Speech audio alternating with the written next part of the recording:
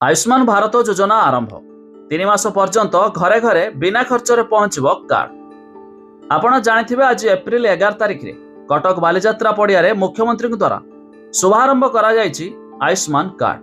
तबे जदि आपण भी आयुष्मान कार्ड को डाउनलोड करूछंती तबे जानि रखंतु एथिपाई आपण को भी कोनोसी चिंता करिवार नाही। खूब शीघ्र अर्थात 3 मास मध्यरे आपण घरे बसी मध्य पाई पारिबे कार्ड को।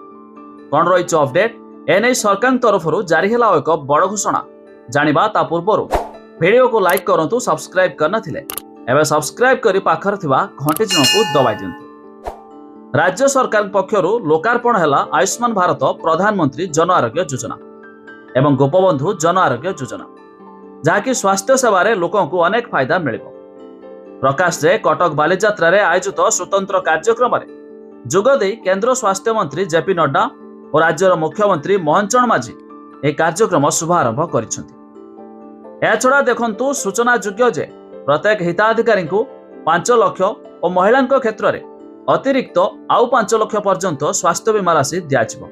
जदि 70 वर्षरु अधिका थिले सेमानकु स्वतंत्र कार्ड दियाजिबो और 3 मास मध्यरे एही आयुष्मान भारत प्रधानमंत्री जन आरोग्य योजना एवं गोपबंधु जन आरोग्य योजना स्वास्थ्य बीमा कार्ड पहुंचाई दियाजिबो बोली कहा जायछि। एबे आपण माने देखुथिबे ए कार्ड शुभारंभ हेबा परे यूट्यूब रे मध्ये अनेक वीडियो अछि जहाँकि कार्ड डाउनलोड करबा को नै ते बहुत हिताधिकारी ए कार्ड को डाउनलोड करिया पई चेष्टा करूछंती। हेले अनेकंकर फोटो शो करूथुवा बेले अनेकंकर डाटा नॉट फाउंड लेखुछि एमिति कि अनेकंकु ओटीपी मध्ये आसु नै।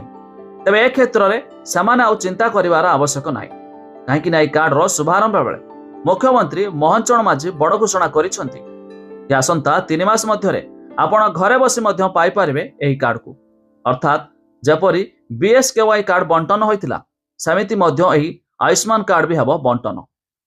तबे आपण तो जानिले शेयर करी सांगसाथी मानकु जणाइ दियंतु जा पर समान आउ व्यस्त विब्रत हेबार आवश्यक नाही ए कार्ड को पाया पई। तबे अधिक जानिया पई हमर वेबसाइट रो लिंक डिस्क्रिप्शन रे दिया आइछि आपण माने जाय मध्य चेक कर दे पारिबे।